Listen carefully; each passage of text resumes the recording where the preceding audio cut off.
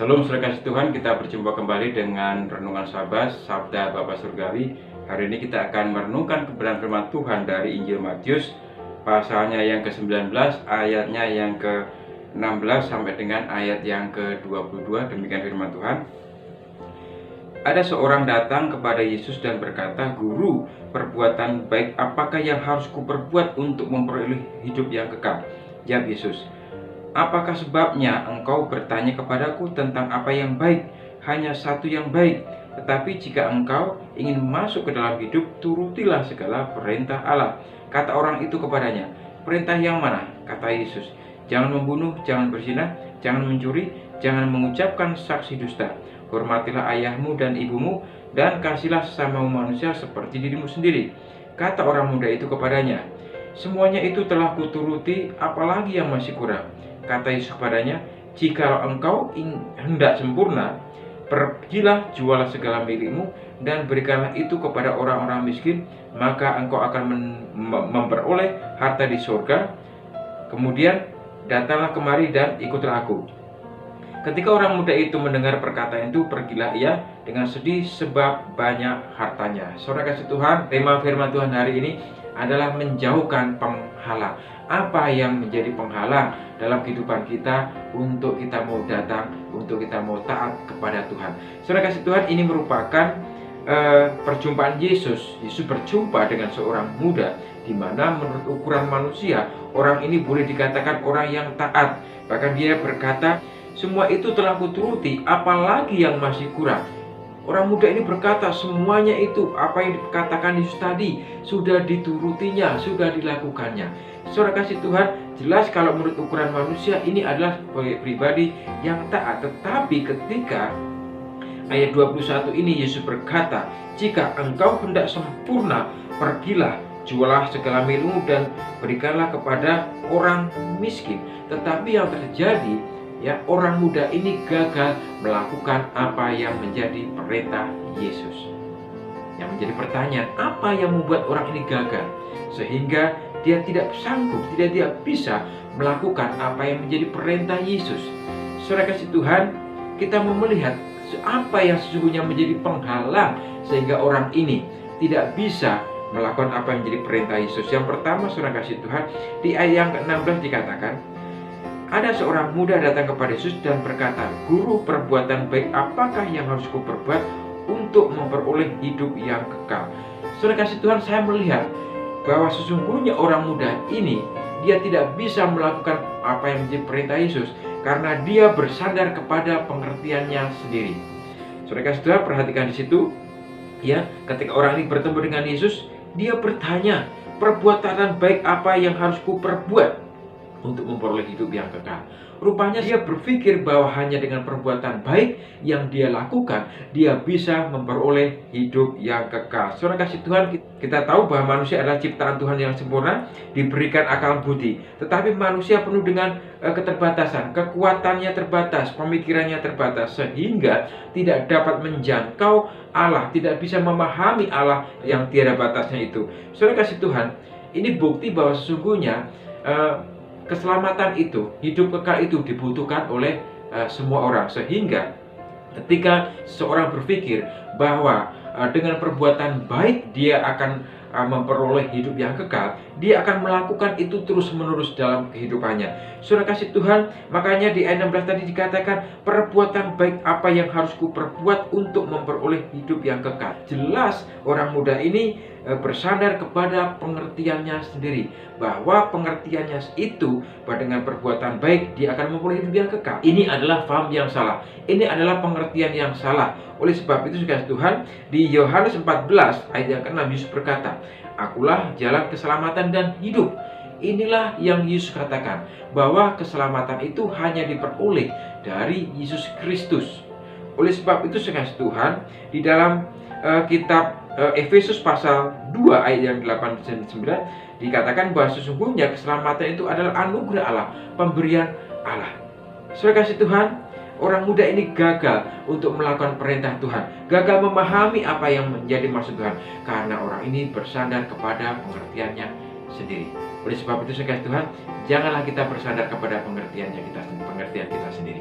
Mari kita mau datang kepada Tuhan, meletakkan seluruh keterbatasan kita itu kepada Tuhan, karena Dialah yang memberikan kita pengertian untuk kita bisa memahami apa yang menjadi maksud Tuhan dalam kehidupan kita, sehingga keselamatan yang Tuhan berikan itu boleh kita terima, boleh kita pahami, kita mengerti dengan baik. Yang kedua, saudara Tuhan, ada di ayat yang ke-17 sampai yang ke-20, di mana di situ kita melihat ada diskusi yang dilakukan oleh Yesus dengan orang muda ini, di mana ayat 17 dikatakan, apakah sebabnya engkau bertanya kepadaku tentang yang baik? Hanya satu yang baik, tetapi jika engkau ingin masuk ke dalam hidup, turutilah segala perintah Allah. Ini yang dilakukan Yesus, ini yang diperintahkan Yesus, yang dikatakan Yesus kepada orang muda itu. Saudara kasih Tuhan, dan ayat 20 dikatakan, semua itu telah kuturuti, apalagi yang masih kurang.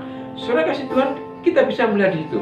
Sesungguhnya ketika Yesus ini berkata, turutilah segala perintahku, dia bertanya kepada Yesus, seakan-akan ada perintah yang lain yang harus dia kerjakan lagi. Ini pengertian dia. Dan kemudian Yesus menjawab di yang ke-18, jangan membunuh, jangan berzinah, jangan mencuri, jangan mengucapkan saksi dusta, hormatilah ayahmu dan ibumu, kasihlah sama manusia seperti dirimu sendiri. Saudara kasih Tuhan, sungguhnya Yesus mengutip perkataan ini dari hukum Taurat, dan orang muda itu berkata kepada Yesus, semua itu telah kuturuti, apalagi yang kurang. Saudara kasih Tuhan, rupanya di situ kita bisa melihat ada diskusi yang dilakukan Yesus, dan apa yang dilakukan oleh orang muda ini, dia berkata kepada Yesus, semuanya sudah aku lakukan. Saudara kasih Tuhan, saya melihat ada ego di situ. Ya, seakan-akan orang muda ini sudah melakukan semua itu dengan kekuatan sendiri, dengan kemampuannya sendiri. Saudara kasih Tuhan, hidup kekal itu hanya diperoleh karena anugerah Allah. Kekekalan itu hanya diperoleh karena kasih kemurahan Allah. Tadi di dalam Efesus 2 ayat 8 kita sudah membahas bahwa sesungguhnya oleh kasih karunia engkau diselamatkan karena iman. Itu bukan hasil usahamu, tetapi pemberian Allah. Jelas bahwa keselamatan itu adalah pemberian Allah. Itu bukan hasil usaha manusia. Saudara kasih Tuhan, rupanya orang muda ini memahami bahwa keselamatan itu dapat diperoleh dengan kekuatannya, dapat diperoleh dengan kemampuannya. Jelas ini saya melihat ada ego di situ. Rupanya ego ini yang seringkali muncul dalam kehidupan kita. Semuanya karena kekuatanku, semuanya karena kemampuanku. Ini yang menjadi penghalang, sehingga kita tidak bisa melihat rencana Allah itu dalam kehidupan kita. Sehingga kita tidak bisa melihat bahwa maksud Tuhan di dalam kehidupan kita, bahwa sesungguhnya keselamatan itu adalah anugerah. Yang ketika saudara kasih Tuhan, di ayat yang 21 dikatakan, jikalau engkau hendak sempurna, pergilah jual segala milikmu dan berikanlah itu kepada orang-orang miskin, maka engkau akan beroleh harta di surga. Kemudian datanglah kemari dan ikutlah aku. Ketika orang muda itu mendengar perkataan itu, pergilah ia dengan sedih, sebab hartanya banyak. Saudara kasih Tuhan, ketika Yesus berkata kepada orang muda itu untuk menjual hartanya dan membagikan kepada yang miskin, yang terjadi orang ini sedih. Karena apa? Ya, karena hartanya sangat banyak sekali. Rupanya orang ini lebih mencintai, lebih memilih hartanya daripada kekekalan yang ditawarkan oleh Yesus. Saudara kasih Tuhan, ayat 21 ini bukan melarang orang Kristen untuk menjadi kaya, tetapi sesungguhnya Yesus sedang menguji orang muda ini. Bagaimana sikap hidup kita, bagaimana sikap hidup orang muda ini memilih kekekalan atau harta yang ada di dunia yang bersifat fana. Seringkali harta menjadi penghalang untuk datang kepada Tuhan. Yang terjadi kepada orang muda ini, sudah ketika diperhadapkan dengan harta, dia sedih. Dia lebih memilih hartanya yang banyak itu daripada keselamatan. Seringkali kita melihat karena harta, karena jabatan, banyak orang mulai meninggalkan Tuhan. Saudara kasih Tuhan, belajar dari perjumpaan Yesus dengan orang muda ini. Jika kita ingin menikmati berkat rohani, yaitu yang Tuhan sediakan, jauhkanlah apa yang menghalangi kita, yang merintangi kita untuk kita mau datang kepada Tuhan. Janganlah bersandar kepada pengertian kita sendiri. Janganlah bergantung pada kekuatan kita sendiri. Jangan bergantung pada ego kita. Dan jangan bergantung kepada harta yang kita miliki. Oleh sebab itu, kasih Tuhan, bersandarlah hanya kepada kepada Tuhan. Tundukkan hati kita di hadapan Tuhan. Kami bersyukur Tuhan untuk hari ini, kebenaran firman-Mu ingatkan kami kembali Tuhan. Seringkali banyak hal-hal yang merintangi kami untuk kami boleh datang kepada Tuhan.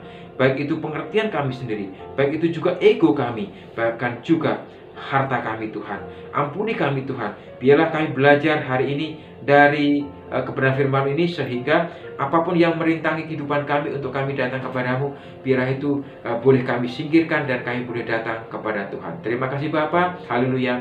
Amin. Saudara kasih Tuhan, kiranya kebenaran firman Tuhan hari ini memberkati kita. Selamat beraktivitas. Tuhan memberkati. Amin. Shalom, saudara yang diberkati Tuhan. Alhamdulillah, Bapak Ibu semua diberkati dengan kebenaran Tuhan melalui program Jabas. Bapak Ibu bisa like, subscribe, maupun komen, dan juga bisa di-share kepada